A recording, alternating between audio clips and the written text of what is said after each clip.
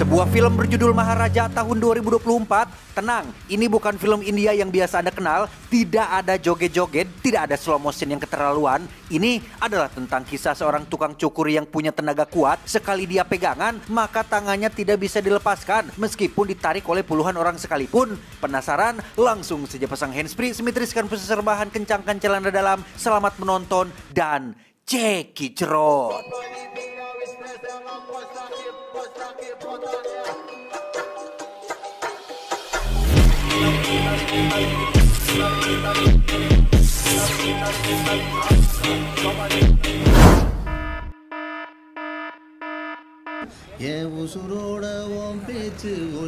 Kisah akan berfokus pada seorang tukang cukur bernama Maharaja. Ia punya istri dan satu anak perempuan yang masih kecil. Kala itu Maharaja sedang membeli boneka untuk anaknya yang kebetulan letaknya ada di seberang rumah mereka. Di mana saat Maharaja sedang pilih-pilih mainan yang cocok, sebuah truk yang sedang melaju kencang pun tiba-tiba oleng dan menabrak rumah tersebut.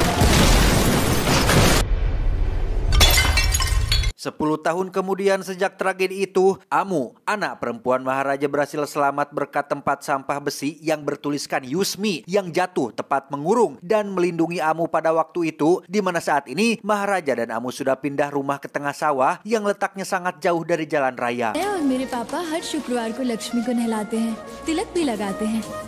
Ya, Maharaja dan Amu menamai tempat sampah itu dengan nama Laksmi karena berkat tempat sampah besi itulah nyawa Amu berhasil terselamatkan.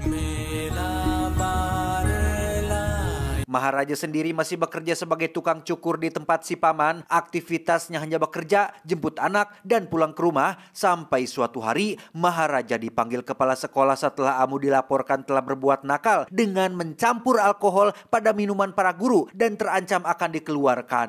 जिन लोगों ने देखा है वो गलत है या मैं गलत हूँ वो सब मैं नहीं जानता सर लेकिन मेरी बेटी गलती नहीं. Tak lama muncullah ibu guru yang membawa seorang murid laki-laki yang merupakan tersangka asli tindakan tersebut, di mana kepala sekolah yang sudah terlanjur menuduh Amu dan memaki Maharaja pun merasa gengsi jika harus meminta maaf dan justru malah menyuruh mereka berdua untuk segera pergi. अब जाओ, hey, सब जाओ, जाओ यहाँ से, सब जाओ. Tak terima anaknya sudah dituduh-tuduh, Maharaja pun meminta kepala sekolah untuk meminta maaf kepada putrinya yang karena beliau menolak melakukannya. Dua satpam dibantu para guru pun menarik Maharaja yang berpegangan pada sebuah tiang dan tiba-tiba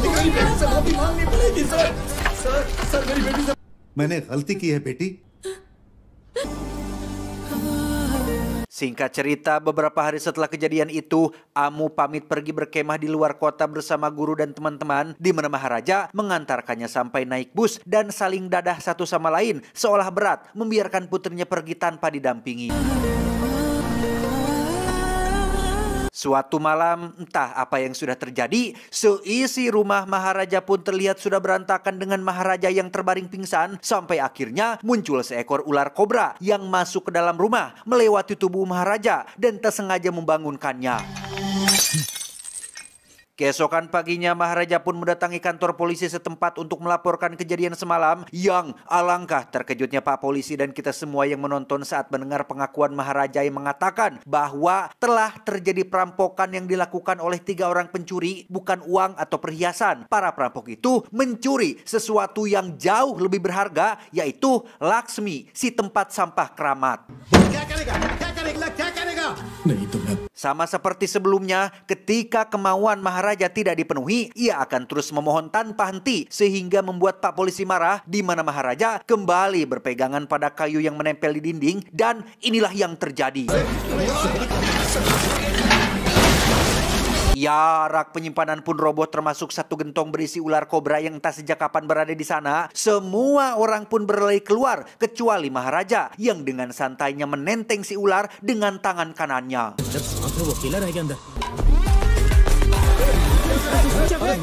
Dan inilah Maharaja. Sejenak kita tinggalkan dulu Maharaja dan beralih ke sebuah rumah yang menjadi TKP pencurian emas, di mana kita akan diperkenalkan pada seorang kapten polisi yang mengusut langsung kasus ini dengan meminta si pencuri untuk memperagakan kronologi saat melakukan aksinya.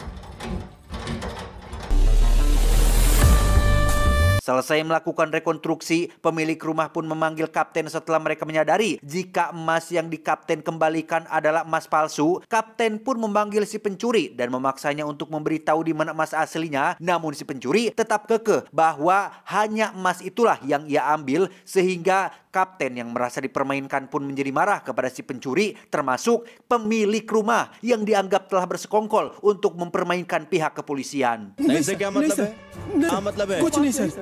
Setelah pergi dari rumah korban, akhirnya terungkaplah jika ini semua hanyalah permainan si kapten yang memang sudah bersekongkol dengan pencuri tersebut, di mana mereka sebelumnya sudah melakukan briefing untuk mencuri di rumah korban, dan hal ini sudah sering kapten lakukan, yaitu memanfaatkan para tahanan yang ada di penjara untuk melakukan satu kejahatan demi mendapatkan keuntungan.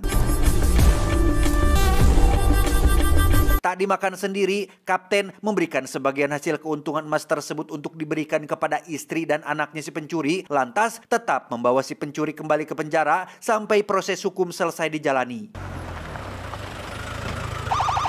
Tiba di kantor polisi, para petugas di sana sudah menyerah mendengar penjelasan Maharaja tentang tempat sampah keramatnya, di mana kapten sebagai pemimpin di sana pun mencoba mendengarkannya secara seksama dan perlahan, yang pada akhirnya kapten pun ikut kesal juga dan melempar Maharaja keluar dari kantor polisi.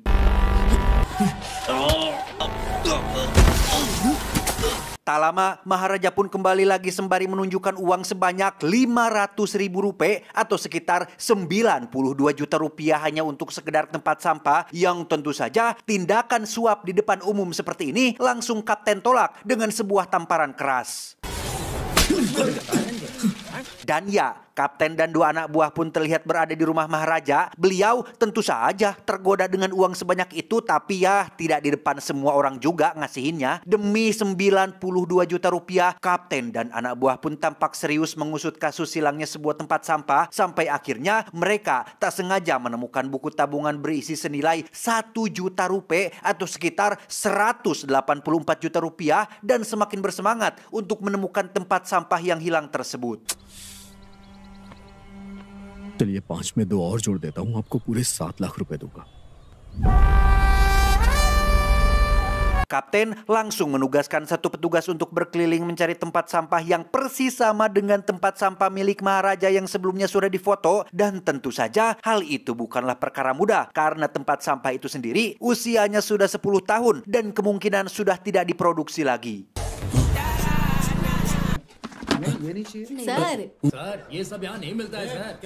Disitulah si petugas tak sengaja bertemu dengan Sangar, seorang pria pitak berkumis yang merupakan informan kepolisian yang sering membantu banyak kasus, di mana Sangar mengajak si petugas pergi ke tempat seorang pandai besi yang mengaku mampu membuat tempat sampah persis sama seperti itu dan membutuhkan waktu sekitar 2 hari untuk menyelesaikannya. ये 1.5 बाई 1.5 फुट का है. अब परसों आइए भैया. परसों आने का है. Sejenak kita tinggalkan dulu urusan tempat sampah ini dan mundur 1 hari ke belakang ketika seorang pelanggan berbadan tinggi besar keluar dari mobil Fortuner warna putih dan mengaku kacamatanya hilang saat mobilnya dicuci di tempat cuci mobil ini, dan tiba-tiba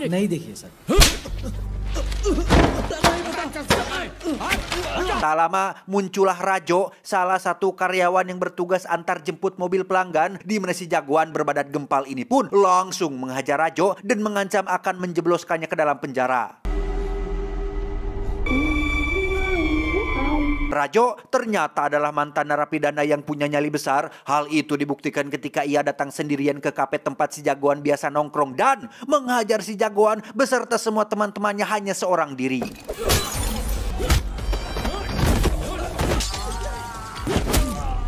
Keesokannya di kantor polisi, Maharaja terlihat berada di sana, yang memang hampir setiap hari ia datang menunggu hasil penyelidikan, di mana seorang karyawan tempat cuci mobil pun datang ke sana untuk melaporkan perihal temannya, yaitu si Rajo yang hilang sejak semalam, di mana Maharaja yang melihat foto Rajo pun seketika teringat dengan sesuatu hingga membawa kita semua flashback ke malam perampokan untuk mengungkap kebenaran tentang penyebab hilangnya si Rajo ini. Pada malam perampokan ketika Maharaja baru siuman dari pingsannya, ia tak sengaja menemukan kertas kecil yang merupakan tiket parkir lengkap dengan jenis mobil dan nomor platnya, di mana mobil tersebut tidak lain dan tidak bukan adalah mobil Fortuner warna putih milik si jagoan gempal, sehingga Maharaja pun mulai melacak keberadaan pemilik mobil tersebut hingga membawanya ke sebuah kafe tempat si jagoan biasa nongkrong dengan teman-temannya. Sempat menanyakan kebenaran akan pemilik mobil Fortuner tersebut, Maharaja pun tidak jadi mendesaknya setelah si jagoan membahas tentang seorang karyawan tempat cuci mobil yang mencuri kacamata mahalnya dan memakai mobilnya. Yang tak berapa lama muncullah Rajo yang datang untuk menghajar si jagoan, sehingga Maharaja pun jadi tahu jika pemilik tiket parkir tersebut adalah si Rajo, yang berarti dialah satu dari 3 perampok yang membobol rumahnya dan mencuri tempat sampah kesayangannya. Saat Rajo pergi meninggalkan kafe itulah, Maharaja ternyata diam-diam mengikutinya dari belakang, membawanya ke sebuah bangunan pabrik yang terbengkalai sampai akhirnya...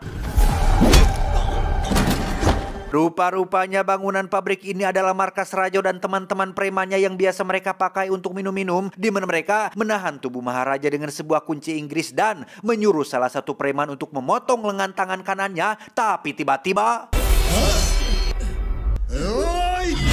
Menggunakan pisau cukur, Maharaja pun menghajar semua preman, tapi tidak sampai membunuhnya. Entah seberapa penting dan layakkah tempat sampah itu dengan semua ini, tapi Maharaja tampaknya tidak akan pernah berhenti sampai ia mendapatkan kembali tempat sampah miliknya tersebut.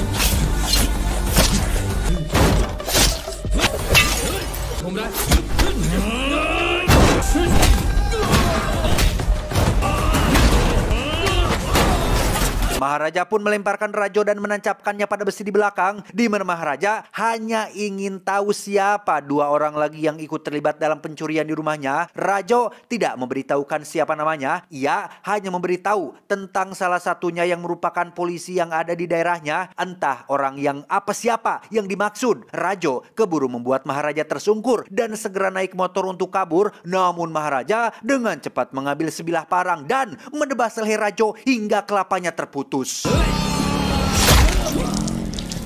Dan itulah kronologi bagaimana Rajo menghilang. Maharaja pura-pura menenangkan si karyawan dan menasehatinya agar tetap sabar. Sambil menunggu tukang pandai besi menyelesaikan tempat sampahnya, mari saya ajak Anda kembali flashback ke 10 tahun lalu. Sebelum insiden anak dan istri Maharaja ditabrak truk oleng, kita akan diperkenalkan dengan seorang perampok kejam bernama Selvam yang sedang merampok sebuah rumah bersama dengan satu sahabatnya. Kebetulan korbannya adalah seorang ibu dan 1 anak gadis. Alih-alih hanya merampok barang berharga saja, Selvam justru melakukan pembiaran, bahkan memberikan izin sahabat untuk menggadabah si anak gadis tanpa sedikit pun menunjukkan hati nuraninya. Selesai melakukan perampokan, Selvam pun langsung pulang ke rumah yang ternyata ia sendiri sudah berkeluarga, punya istri dan 1 anak perempuan yang masih kecil, di mana Anda semua mungkin akan sedikit terkejut saat mengetahui jika tempat sampah bertuliskan Yusmi yang dinamai Laksmi ternyata dulunya adalah milik Selvam. Suatu hari anak Selvam pun terluka di bagian punggung gara-gara ketiban barang yang jatuh dari atas rak, sehingga Selvam sebagai seorang ayah yang baik pun mengobatinya dengan cara diperban dengan bayi.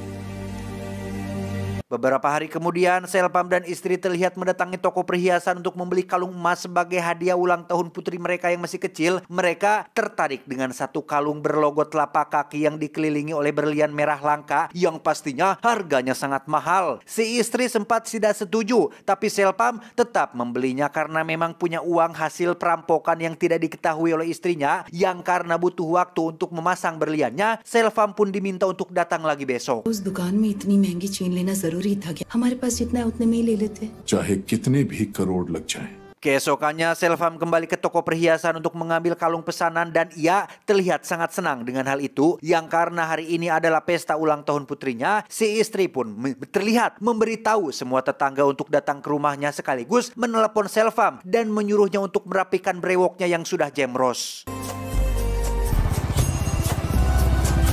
Dan tebak, tempat cukur siapa yang Selvam datangi? Ya, Selvam mendatangi tempat cukur Maharaja yang saat itu masih muda. Di mana saat pencukuran baru dimulai, alat cukur Maharaja pun kehabisan baterai yang membuatnya harus keluar membeli baterai baru. Tak lama, Selvam pun mendapat telepon dari sahabatnya perihal aksi perampokan mereka yang masuk berita di koran, dan polisi sedang melakukan penyelidikan. Di mana saat Selvam masih berbincang di telepon dan sedang melihat berita perampokan itu di koran, tiba-tiba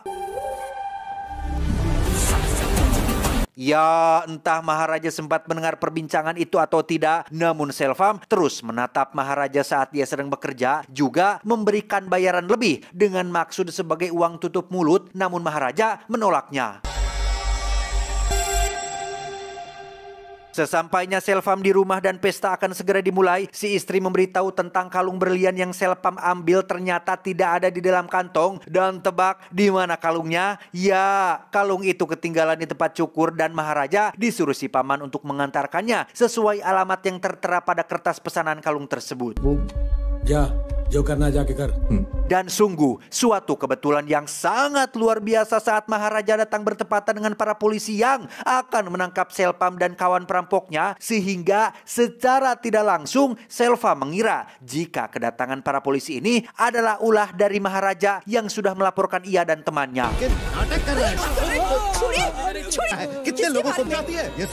Karena si teman berusaha melawan dengan senjata api, para polisi pun terpaksa melepaskan tembakan yang membuat si teman tewas. Sementara Selvam langsung digiring ke kantor polisi dan harus berpisah dengan istri dan putrinya yang masih kecil. Selesai dengan kisah Selvam si perampok yang entah apa hubungannya dengan semua ini, kita akan kembali ke masa sekarang, lebih tepatnya urusan tempat sampah yang sudah jadi. Sangar dan satu petugas pun langsung mengambilnya dan membawanya ke rumah si kapten. Yang perlu mereka lakukan sekarang hanyalah mempenyokkan tempat sampah itu dan mengotorinya supaya sama persis dengan tempat sampah milik Maharaja.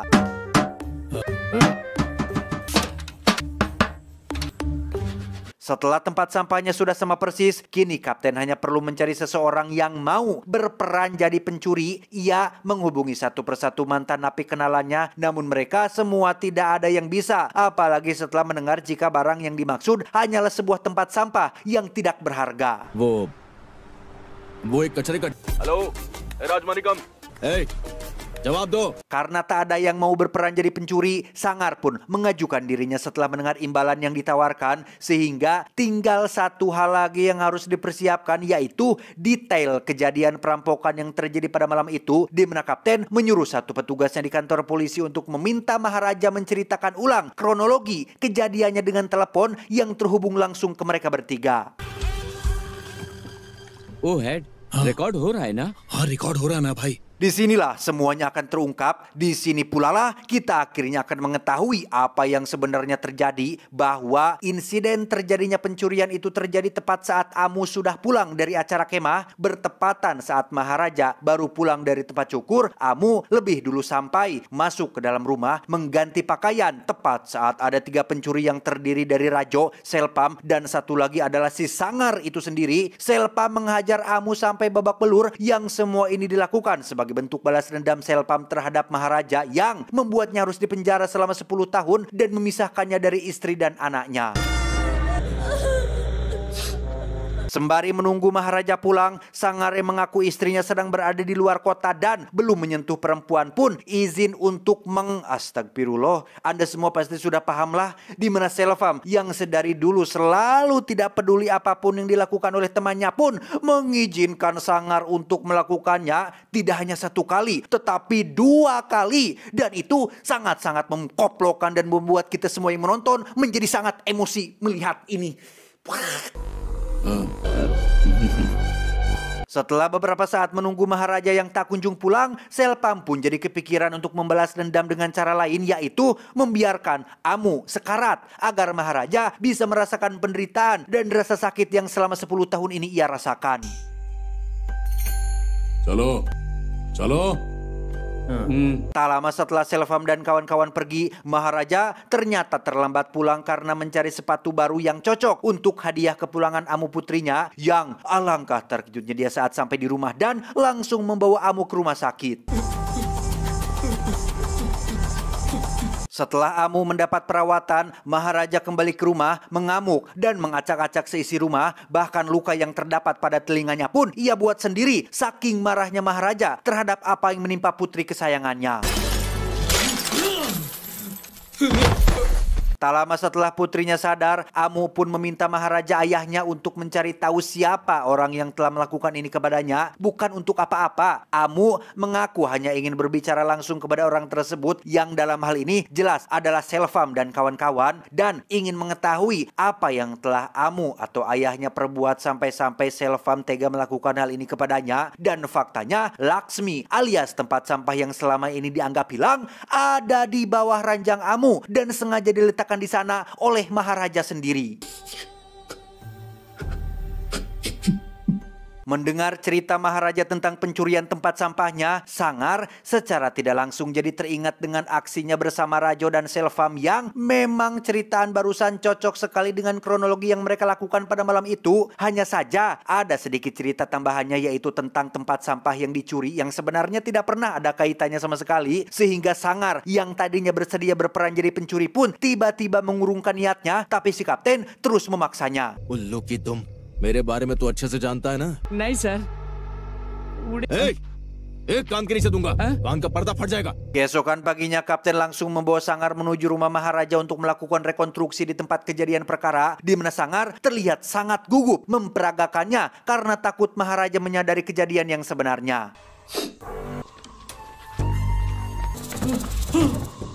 और उसका मुंह बंद कर दिया। Dan ya, Sangar nyaris ketahuan saat ia memperagakan bagaimana ia memeluk Amu dari belakang yang karena tangannya terlalu rendah dan seukuran tubuh seorang anak remaja. Sangar langsung menaikkan tangannya seolah sedang benar-benar memeluk Maharaja. Disitulah Maharaja langsung teringat dengan perkataan putrinya tentang satu pelaku yang punya benjolan di punggung, sehingga Maharaja langsung memeluk Sangar dan ya, fix Maharaja akhirnya yakin jika Sangarlah salah satu pelaku yang telah menyebabkan putrinya menderita, di mana Maharaja meminta kapten dan anak buah untuk menjauh dulu sebentar karena Maharaja ingin berbicara berdua dengan Sangar untuk menanyakan berapa umurnya dan kenapa ia bisa sampai tega melakukan hal seperti itu kepada seorang anak gadis yang masih di bawah umur. मेरा ना यहाँ आने का Selesai ngobrol berdua, Maharaja pun meminta si kapten untuk melepaskan Sangar dengan alasan dia sudah memaafkannya. Padahal Maharaja berniat untuk menghabisinya di luar setelah semua ini selesai. Di mana Anda semua yang menonton akan sangat dibuat terkejut ketika Bapak Kapten berkata, तेरी बेटी का रेप किया हो तभी छोड़ दे।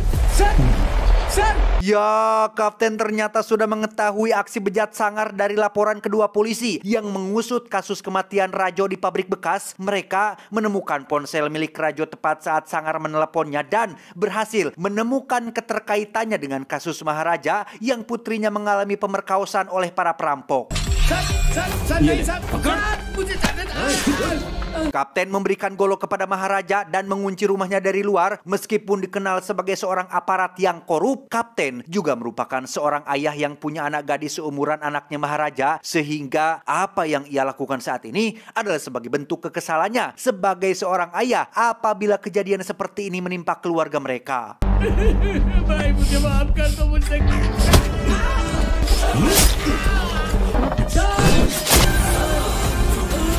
Kini yang tersisa hanyalah Selvam yang masih bekerja di toko alat-alat listrik dan saat ini sedang akan mengantarkan barang pesanan di sebuah proyek pembangunan gedung, di mana Maharaja rupanya sudah tiba di sana lebih dulu sesuai dengan alamat yang sebelumnya sudah diberikan oleh si kapten. Setelah menghajar orang-orang proyek yang dianggap menghalangi niatnya, Maharaja akhirnya bisa bertemu langsung dengan sosok yang dicarinya, dan orang itu adalah Selvam, pria yang 10 tahun lalu dipenjara dan telah salah paham tentang Maharaja yang melaporkannya ke polisi.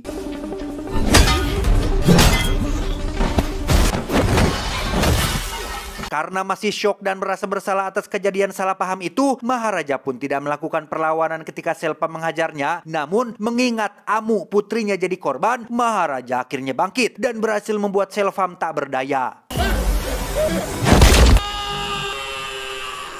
Sesuai janjinya kepada Amu, Maharaja pun langsung menghubungi Amu untuk datang ke tempat itu. Setibanya ia di sana, Amu langsung disediakan kursi untuk berbicara langsung dengan sosok si Selvam ini. Alih-alih akan marah dan mengamuk tidak karuan, Amu yang dididik dengan baik oleh Maharaja pun justru malah meminta maaf apabila ada sesuatu yang salah telah diperbuat ia ataupun ayahnya, yang jikalau barang berhargalah tujuan Selvam membobol rumahnya, Amu pun melemparkan sebuah kain kecil berisi perhiasan miliknya sendiri. ये ले।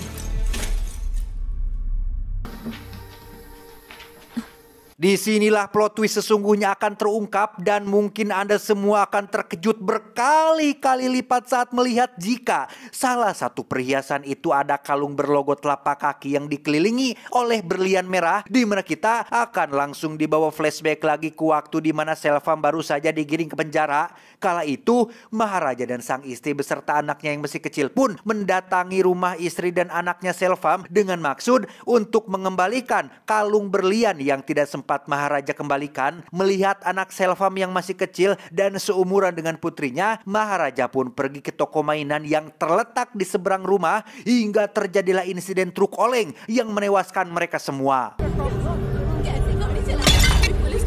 Faktanya, satu-satunya yang selamat pada kecelakaan itu adalah anaknya Selvam. Entah apa yang Maharaja pikirkan, saat semua orang sedang sibuk dengan reruntuhan, Maharaja pun mengambil anaknya Selvam dan mengaku bahwa itu adalah anak kandungnya.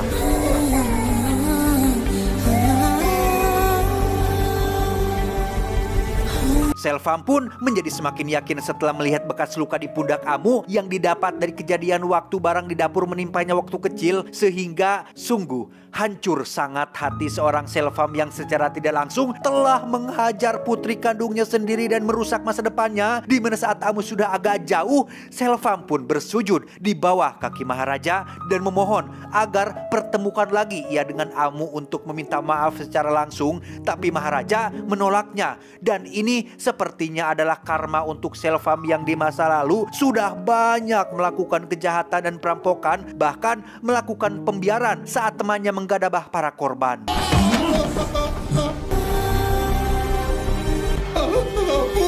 Setelah Maharaja dan Amu pergi, Selvam yang tak bisa menahan rasa bersalah dan sakit hati atas dirinya sendiri pun meragragkan dirinya dari atas bangunan dan maut bersama kalung berlian yang menjadi hadiah untuk anak tercintanya.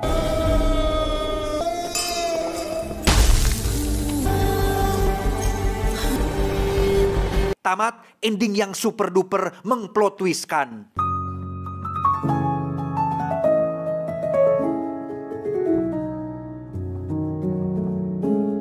Akhir film yang sangat sakit, sedih, dan tak terduga. Pada intinya, semua ini hanyalah kesalahpahaman, selalu tentang salah paham. Jika ada yang bertanya kenapa Maharaja melaporkan tempat sampah yang hilang bukan putrinya, karena setelah tahu dari Rajo bahwa salah satu pelakunya adalah orang di kepolisian yaitu si Sangar yang merupakan informan, Maharaja pun mengarang cerita tentang tempat sampahnya yang hilang untuk demi melihat gerak-gerik mencurigakan. Barangkali pelakunya adalah salah satu dari petugas di kantor kepolisian tersebut. Apa yang kita tanam, itulah yang kita tuai. Apa yang terjadi pada Selvam adalah buah dari kelakuannya di masa lalu. Kapten yang korup pun sempat kita curigai, atau saya pribadi curigai sebagai pelakunya. Tapi ternyata meskipun kelakuannya buruk, tapi beliau masih punya hati nurani melihat perbuatan Sangar yang tidak bisa dimaafkan. Sehingga pesan yang bisa kita ambil dari film ini adalah jangan mengambil keputusan untuk menyenangkan diri sendiri. Saya John mewakili jajaran direksi yang bertugas mengucapkan terima kasih dan sampai jumpa di video selanjutnya. Adios. Token listrik Dewa Odin.